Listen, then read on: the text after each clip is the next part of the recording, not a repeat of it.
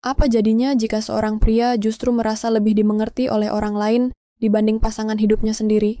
Apakah itu bentuk pengkhianatan atau hanya jeritan sunyi dari hati yang terlalu lama tidak dipedulikan? Assalamualaikum warahmatullahi wabarakatuh. Halo semuanya, semoga kalian dalam keadaan sehat dan diberkahi dalam setiap langkah. Hari ini kita akan mulai sebuah kisah yang menyentuh ranah terdalam hubungan manusia tentang cinta, tanggung jawab, dan kesepian yang diam-diam bisa mengikis segalanya. Kisah yang barangkali terasa dekat atau justru membuat kita merenung, sudahkah kita benar-benar hadir untuk orang yang kita cintai? Malam baru saja turun di sebuah kawasan perumahan sederhana di kota Purwokerto. Lampu-lampu jalan mulai menyala, memantulkan cahaya ke jalanan basah sisa hujan sore tadi. Di rumah bernomor 27, tinggal sepasang suami istri muda, Damar dan Kirana. Bersama ibu dari Kirana yang sudah menjanda sejak 3 tahun lalu, Bu Sekar. Damar, 33 tahun, adalah pria pendiam yang bekerja sebagai ilustrator freelance. Ia lebih banyak menghabiskan waktu di rumah, menyendiri di ruang kerjanya, menggambar dunia yang lebih tenang dari kenyataan. Sementara Kirana, seorang perawat di rumah sakit swasta, hidup dalam ritme sibuk penuh tuntutan dan jadwal tak menentu. Mereka telah menikah hampir 4 tahun, namun hingga kini belum dikaruniai anak.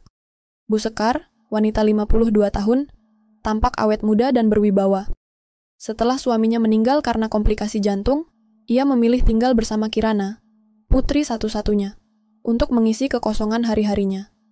Ia tak banyak bicara, tapi senyumnya selalu ada di waktu yang tepat, menenangkan, meneduhkan, dan entah bagaimana, terasa lebih hangat dibanding sapaan istrinya sendiri. Awalnya kehidupan mereka berjalan biasa saja, namun sejak 6 bulan terakhir, ada yang berubah. Kirana makin sering lembur, pulang larut malam, pergi sebelum matahari terbit.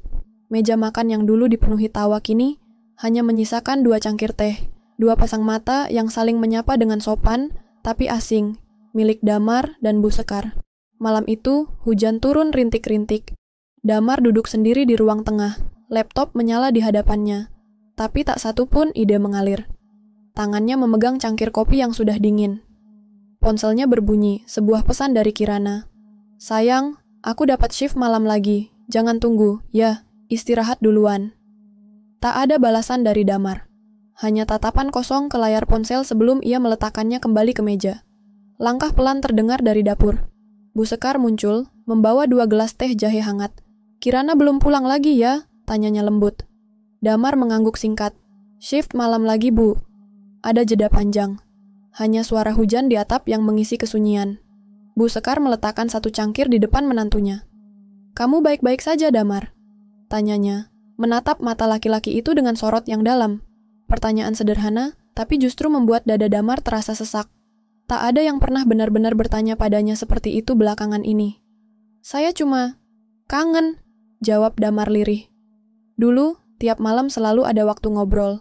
Sekarang rasanya kayak tinggal sendiri di rumah ini." Bu Sekar tak langsung membalas.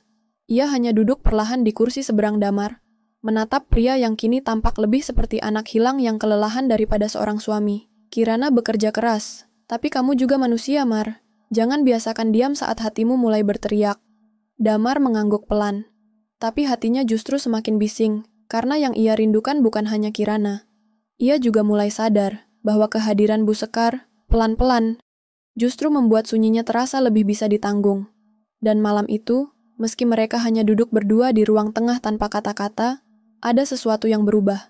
Bukan karena mereka menginginkannya, tapi karena kesepian tak pernah mengetuk pintu. Ia menyelinap, diam-diam, lalu tumbuh. Di antara 2 hati yang tak pernah berniat saling mendekat. Waktu memiliki cara sendiri untuk mengaburkan batas. Apa yang dulu terasa hitam dan putih, perlahan berubah menjadi abu-abu.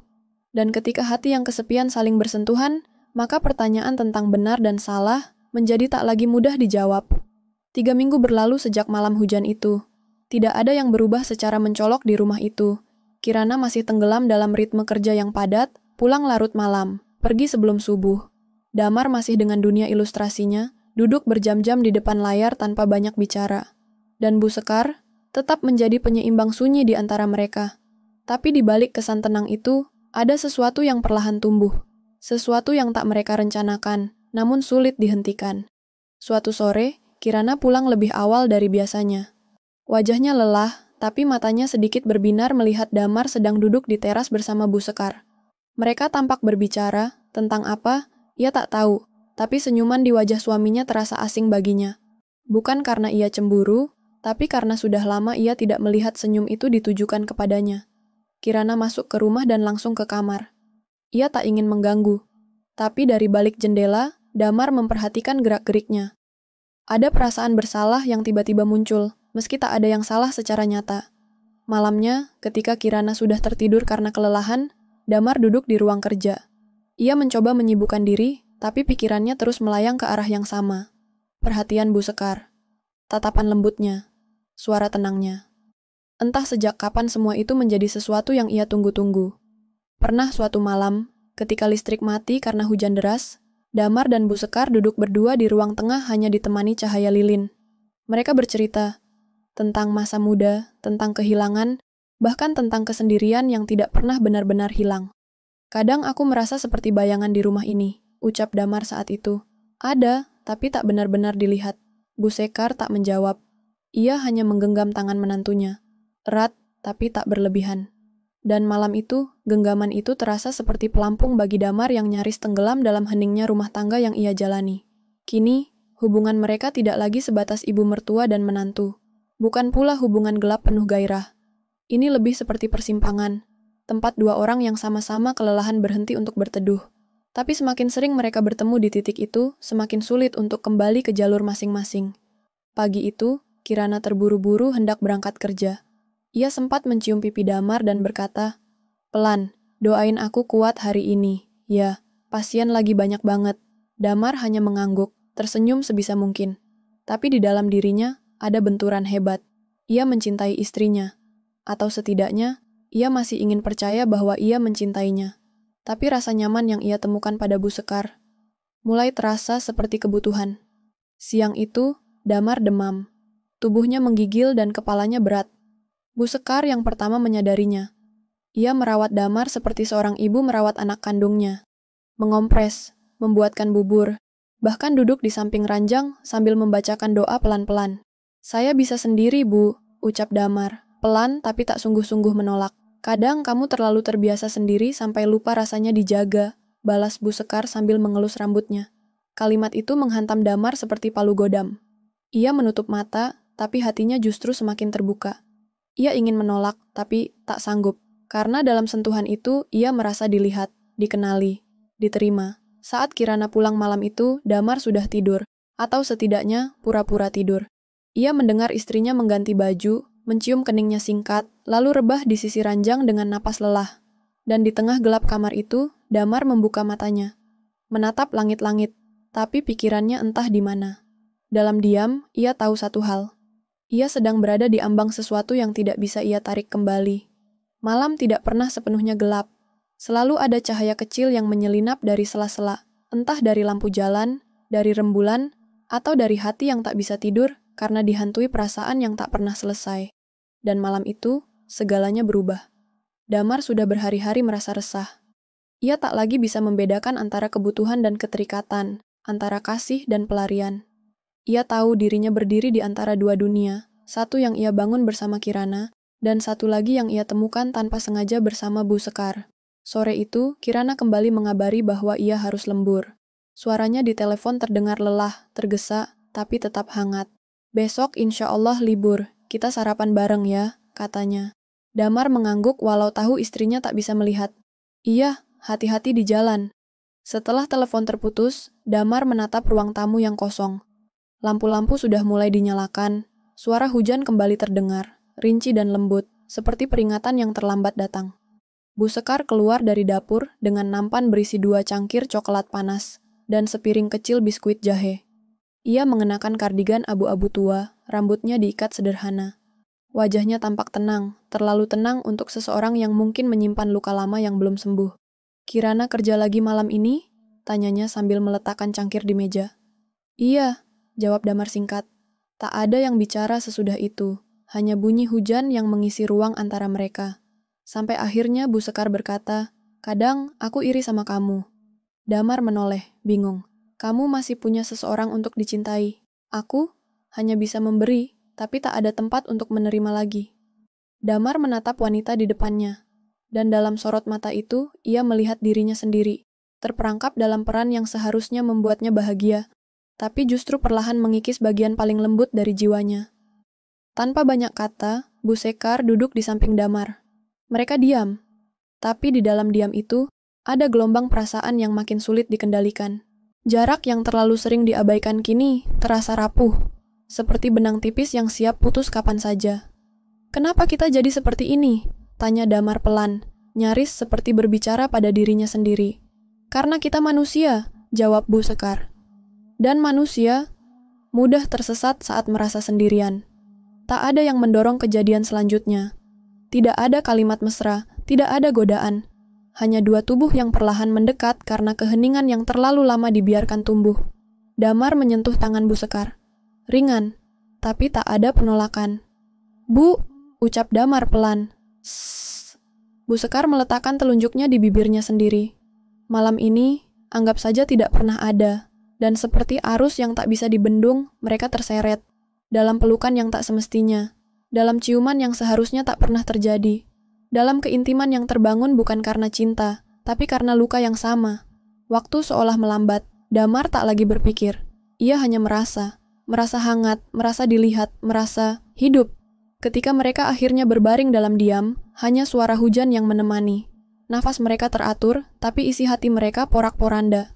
Beberapa jam kemudian, suara pintu depan berderit pelan. Kirana pulang lebih cepat. Ia lelah, tapi bahagia. Akhirnya bisa kembali ke rumah sebelum fajar menyingsing. Ia meletakkan tas kerjanya, berjalan pelan ke kamar. Namun, langkahnya terhenti ketika ia mendengar suara lirih dari arah ruang tengah. Ia menyipitkan mata. Di bawah cahaya temaram lampu gantung, ia melihat dua sosok yang tertidur di sofa. Damar dan ibunya, berpelukan. Kirana berdiri membeku. Napasnya tercekat, mulutnya terbuka tapi tak bersuara. Ia tak tahu apakah harus menangis, berteriak, atau berpura-pura tak melihat.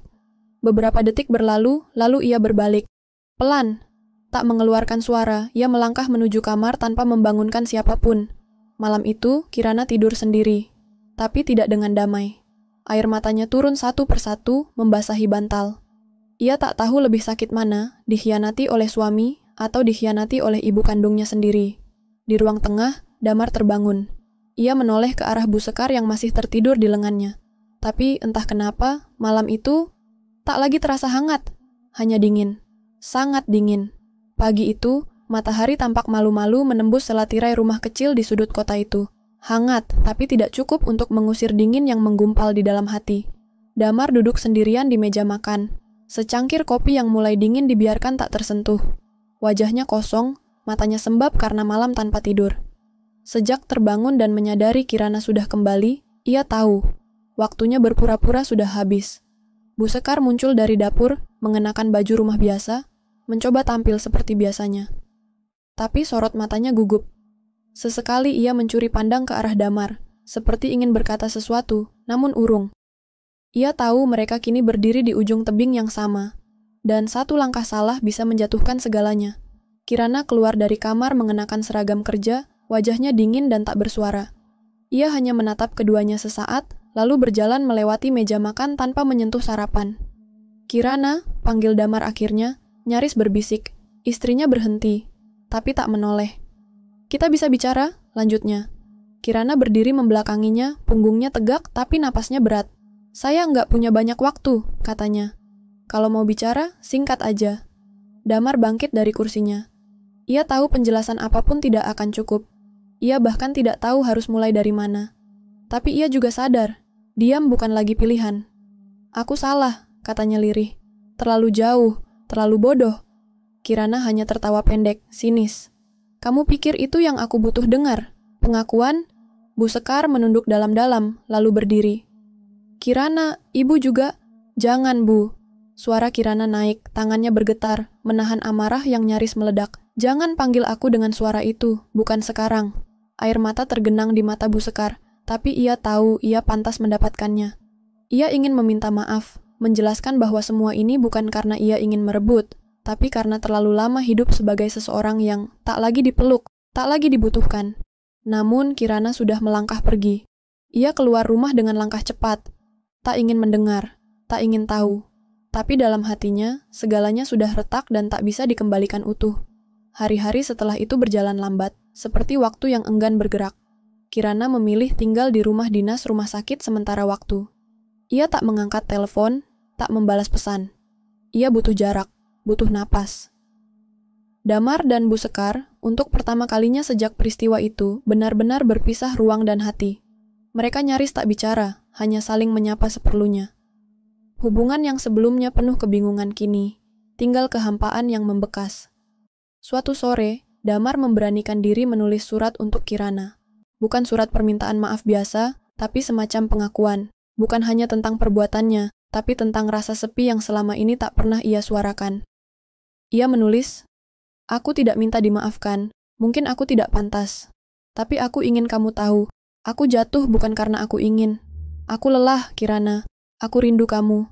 Tapi aku juga terlalu pengecut untuk bicara saat semua masih bisa diselamatkan. Maaf karena tak sabar menunggumu pulang. Maaf karena memilih pelarian alih-alih bertahan. Maaf karena menyakiti kamu dengan cara paling menyakitkan." Surat itu ia titipkan pada rekan Kirana di rumah sakit. Ia tidak tahu apakah istrinya akan membacanya. Tapi ia tak berharap banyak. Sebab beberapa luka memang tak bisa disembuhkan dengan kata. 1 minggu kemudian, Kirana pulang. Ia tidak membawa koper. Hanya sebuah map kecil dan raut wajah yang lebih tenang. Di meja makan, ia meletakkan dokumen itu. Formulir mediasi cerai. "Aku enggak mau hidup dalam rumah yang dipenuhi rahasia, dan aku enggak bisa terus pura-pura." Suaranya datar. "Kita bisa urus ini baik-baik, enggak perlu drama." Damar tidak menangis. Ia hanya menatap kertas itu lama. Dalam hatinya, ada rasa hancur, tapi juga kelegaan. Mungkin ini yang seharusnya terjadi. Bu Sekar tidak keluar kamar hari itu. Ia hanya mendengar percakapan dari balik pintu. Air matanya menetes, bukan karena keputusan Kirana, tapi karena ia sadar, ia telah kehilangan keduanya. Beberapa bulan berlalu. Rumah itu kini kosong, hanya Bu Sekar yang tinggal. Ia kembali hidup sendiri seperti dulu. Damar pindah ke kota lain, memulai hidup baru. Kirana pun pindah ke rumah kontrakan kecil, menyibukkan diri dengan pasien dan lembur yang terus datang. Namun, tak satu pun dari mereka benar-benar utuh lagi. Karena pengkhianatan tak hanya merusak hubungan. Ia merusak keyakinan. Merusak pandangan tentang siapa yang bisa dipercaya. Merusak diri sendiri dari dalam. Pelan-pelan, tapi pasti. Dan begitulah akhir cerita ini. Bukan dengan kematian. Bukan dengan permusuhan. Tapi dengan kehilangan yang tidak pernah benar-benar bisa dijelaskan. Karena dalam hidup, tidak semua luka bisa diobati, tidak semua maaf bisa memperbaiki, dan tidak semua yang retak bisa kembali seperti semula.